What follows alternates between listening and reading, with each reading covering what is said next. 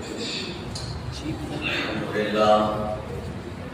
لله نحمده ونستعينه ونستغفره به ونتوكل عليه ونعوذ بالله من شرور انفسنا ومن سيئات اعمالنا من يهده الله فلا مضل له ومن يضلل فلا هادي له ونشهد ان لا اله الا الله وحده لا شريك له ونشهد ان سيدنا مولانا محمد عبده ورسوله اما بعد فأعوذ بالله من الشيطان الرجيم بسم الله الرحمن الرحيم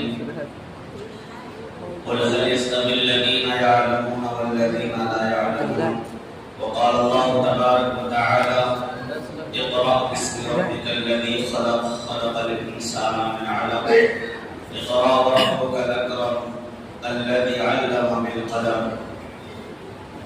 وقال الله تبارك وتعالى إن الذين قالوا ربنا الله ثم استقاموا تتنزل عليهم الملائكة ألا تخافوا ولا تحزنوا وأبشروا بالجنة التي كنتم توعدون نحن أولياؤكم في الحياة الدنيا وفي الآخرة ولكم فيها ما تشتهي أنفسكم ولكم فيها ما تدعون وقال الله تبارك وتعالى فمن زحزح عن النار وأدخل الجنة فقد فاز صدق الله العظيم.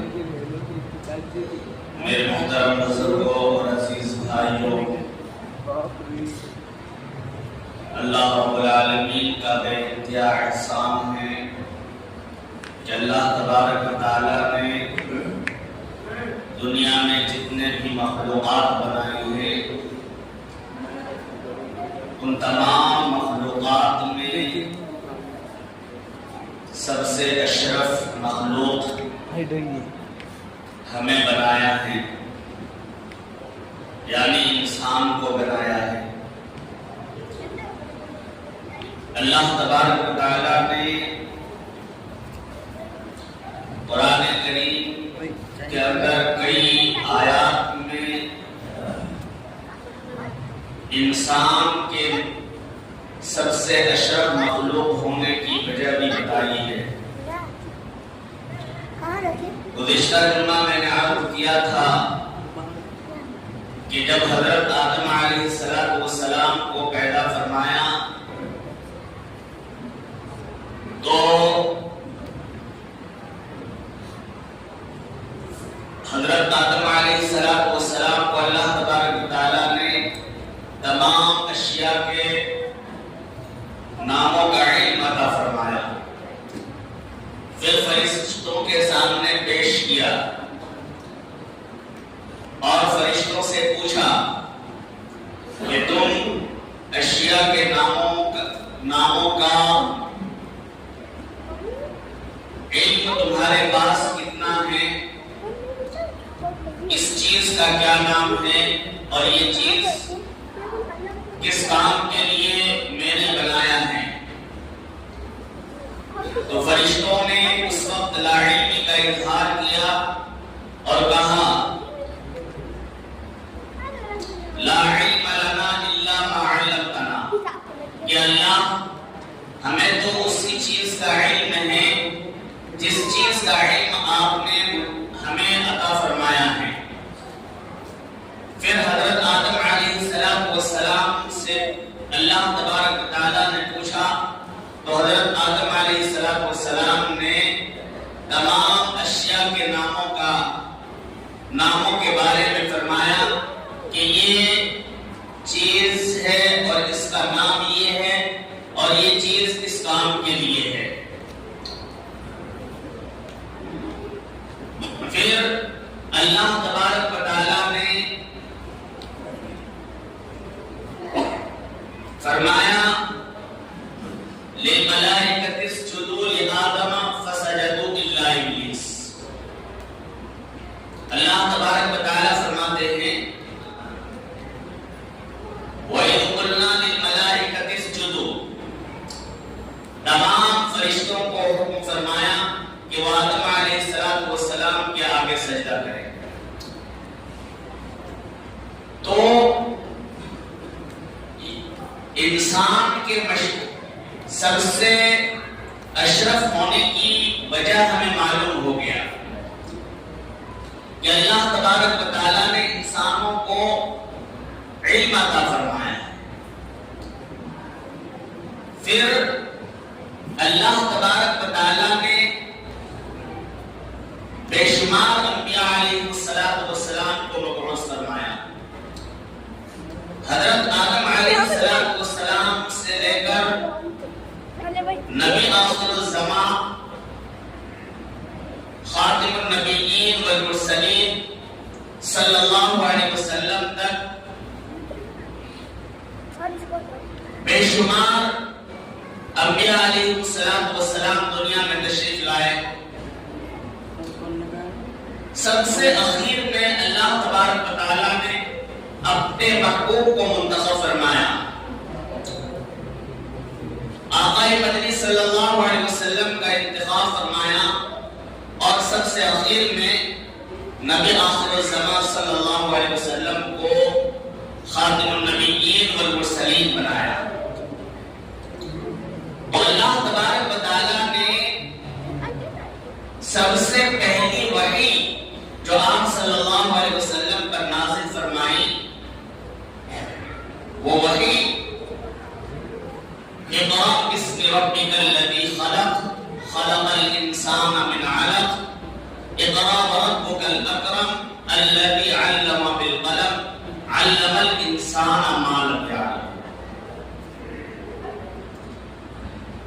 یہ 5 آیتیں اللہ تبارک و تعالیٰ نے نازل فرمائی.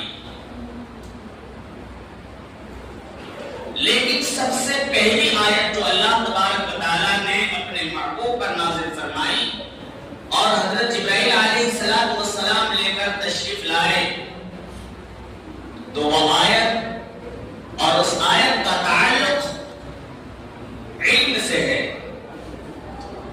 سب سے پہلے اللہ تبارک و تعالیٰ نے اپنے محبوب سے فرمایا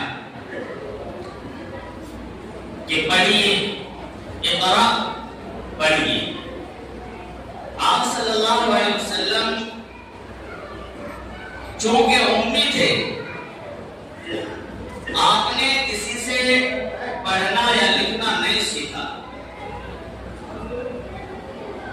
تو اللہ کے رسول صلی اللہ علیہ وسلم نے فرمایا کہ میں پڑھا ہوا نہیں ہوں مجھے پڑھنا نہیں آتا.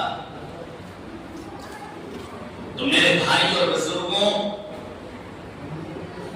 اس وقت حضرت جبرائیل علیہ السلام نے فرمایا اقرأ باسم ربک الذی خلق پڑھیے باسم ربک الذی خلق اپنے رب کے نام سے جس نے پیدا کیا. تو اس آیت کا تعلق بھی علم سے ہے. یعنی اس امت کا خصوصاً مسلمانوں کا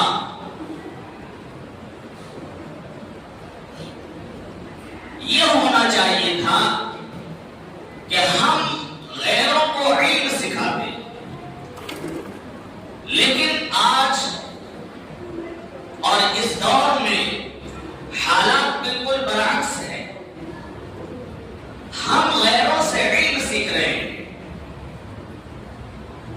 نبی کی تعلیم قرآن کریم کی پہلی آیت جس آیت کا تعلق علم سے ہو نبی کریم صلی اللہ علیہ وسلم کی سیرت کا ایک حصہ جس کا تعلق علم سے ہے. ہم مسلمانوں کو تو یہ ہونا چاہیے تھا کہ ہم غیروں کو علم سکھاتے. لیکن آج حالات بالکل بدل گئے ہیں. آج ہم غیروں سے سیکھ رہے ہیں کہ ہمارے کپڑے کیسے ہونے چاہیے. غیروں نے جو کپڑا اختیار کیا ہم نے بھی اسی کپڑے کو اختیار کر لیا.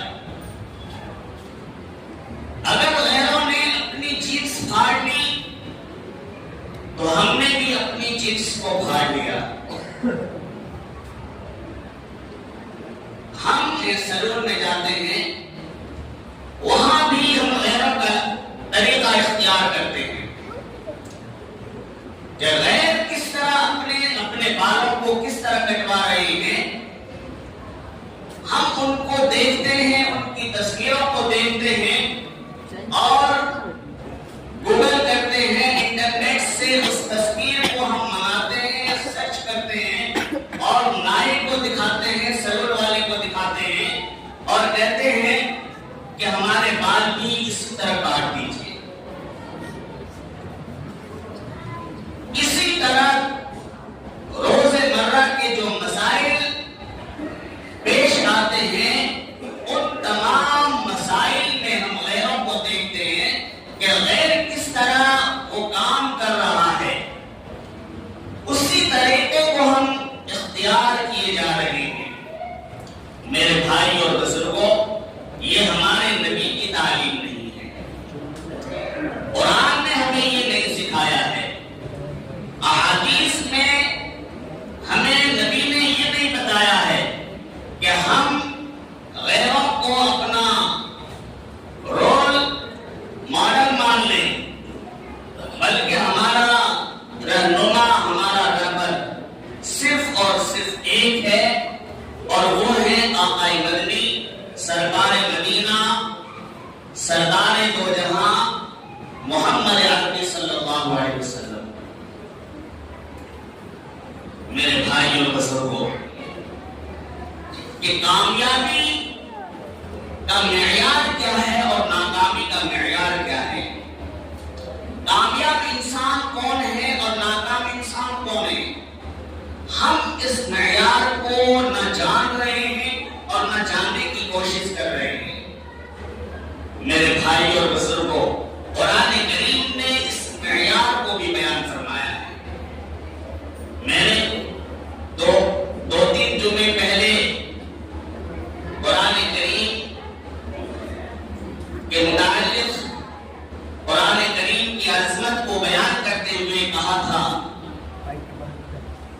کہ محمد بن عبداللہ صلی اللہ علیہ وسلم کی تعلیمات، نبی کریم صلی اللہ علیہ وسلم کی احادیث اور قرآن کریم نے انسانوں کے جینے کا طریقہ بتایا ہے.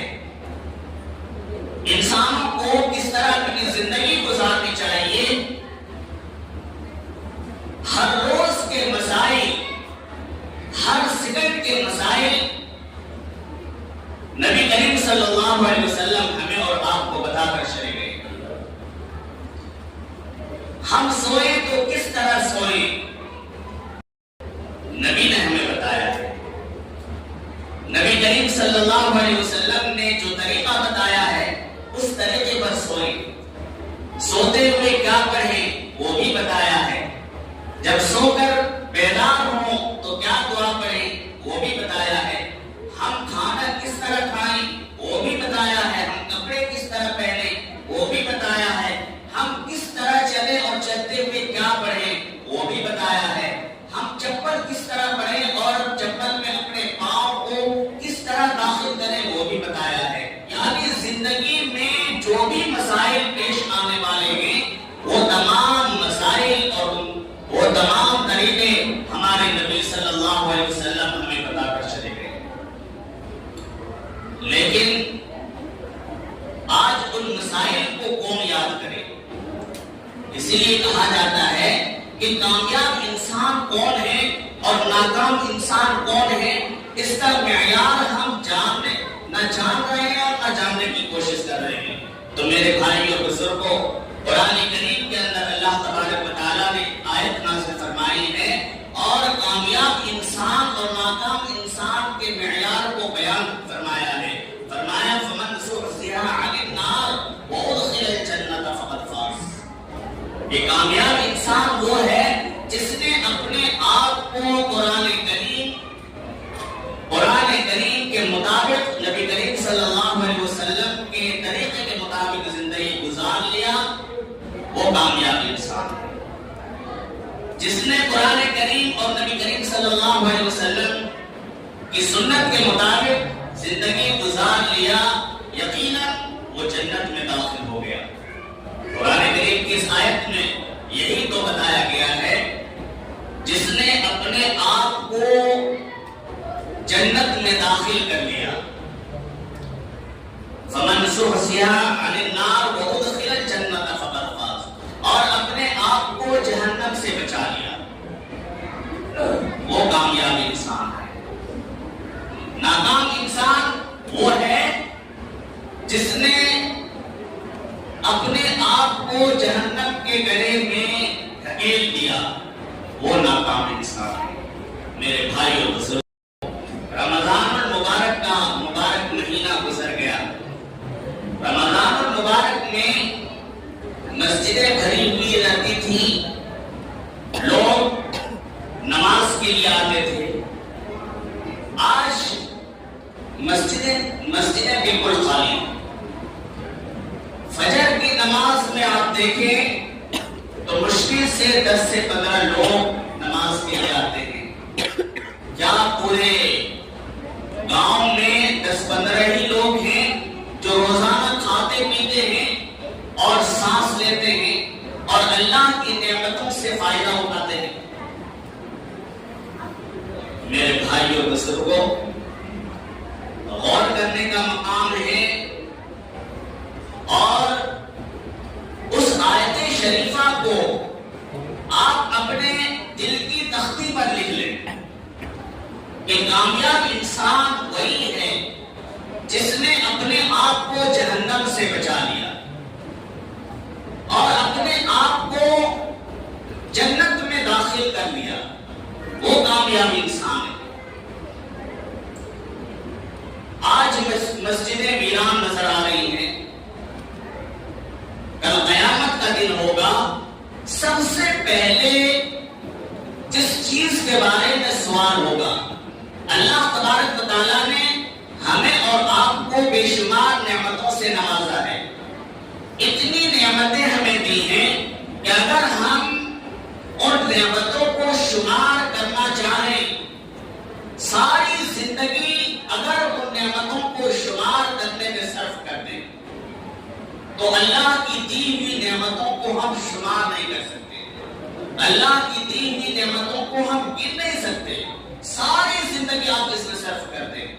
قرآن کریم میں وَإِن تَعُدُّوا نِعْمَتَ اللَّهِ لَا تُحْصُوهَا، اگر تم اللہ کی دی ہوئی نعمتوں کو شمار کرنا چاہو تو اللہ تبارک و تعالیٰ فرماتے ہیں لا تحصوها، تم ان نعمتوں کو شمار نہیں کر سکتے۔ اس کے باوجود ہم اللہ سے بغاوت کر رہے ہیں۔ ابلیس نے ایک سجدے سے انکار کیا تھا، جب اللہ تبارک و تعالیٰ نے فرمایا وَإِذْ قُلْنَا لِلْمَلَائِكَةِ اسْجُدُوا لِآدَمَ فَسَجَدُوا، کہ فرشتوں اور یہاں موجود تمام کے تمام آدم کے آگے سجدہ کرو، تو تمام فرشتوں نے سجدہ کیا، لیکن ابلیس نے سجدہ کرنے سے انکار کر دیا، اللہ سے بغاوت کیا۔ اللہ تبارک و تعالیٰ نے ہمیشہ ہمیش کے لیے ابلیس کو محروم کر دیا۔ اب ہم اپنی زندگی کے بارے میں سوچیں، اپنے نفس کا محاسبہ کریں، اور ہم کتنی نمازوں کو چھوڑ رہے ہیں، کتنے سجدوں کو ہم انکار کر رہے ہیں، ذرا حساب لگائیں۔ ہم حساب لگاتے ہیں تو 24 گھنٹے میں کم سے کم ہم صرف فرائض اور واجبات کا حساب لگائیں تو 40 سجدے بنتے ہیں۔ 40 سجدوں کا روز ہم انکار کر رہے ہیں، تو میرے بھائیوں ہمارا انجام کیا ہوگا؟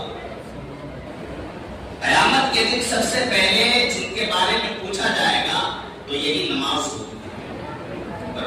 اول ما يحاسب به العبد يوم القيامة الصلاة فإن صلحت صلح سائر عمله وإن فسدت فسد سائر عمله. جن کی نماز اچھی نکلے گی باقی اعمال بھی اچھے نکلیں گے، جن کی نماز خراب نکلے گی باقی اعمال بھی خراب نکلیں گے. باقی بات انشاءاللہ آئندہ جمعے کو میرے بھائیوں